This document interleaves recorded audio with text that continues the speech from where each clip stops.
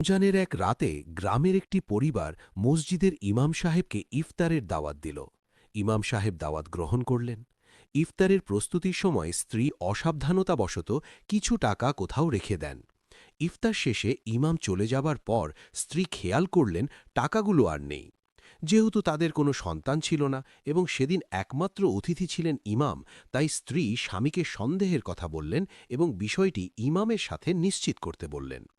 স্বামী বললেন, এটা বলা লজ্জার বিষয়, আমরা চুপচাপ তার সাথে সম্পর্ক বন্ধ করে দেব। তারপর থেকে তিনি আর ওই ইমামের পেছনে নামাজ পড়লেন না।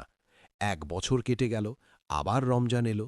স্বামী স্ত্রীকে বললেন, এটা রহমত ও ক্ষমার মাস, আমাদের উচিত পুরনো বিষয় ভুলে যাওয়া। ইমামের এই গ্রামে কেউ নেই, তাই আমাদেরই উচিত তাকে আবার দাওয়াত দেওয়া। স্ত্রী কিছুক্ষণ চুপ থেকে শর্ত দিলেন, তবে তুমি টাকার বিষয়টি খোলাখুলি বলবে। স্বামী রাজি হলেন। ইমাম আবার এলেন, ইফতার করলেন।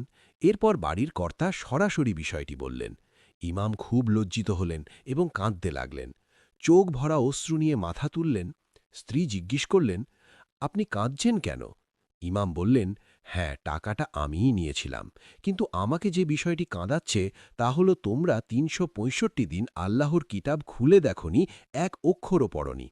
স্বামী তাড়াতাড়ি কোরআন শরীফ খুললেন, দেখলেন প্রথম পাতায় সূরা ফাতিহার কাছে টাকাগুলো রাখা আছে।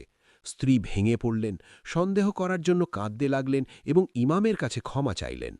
ইমাম বললেন, আমার কাছে নয়, ক্ষমা চাও সেই রবের কাছে যার কিতাবকে তোমরা পুরো 1 বছর পরিত্যাগ করেছিলে।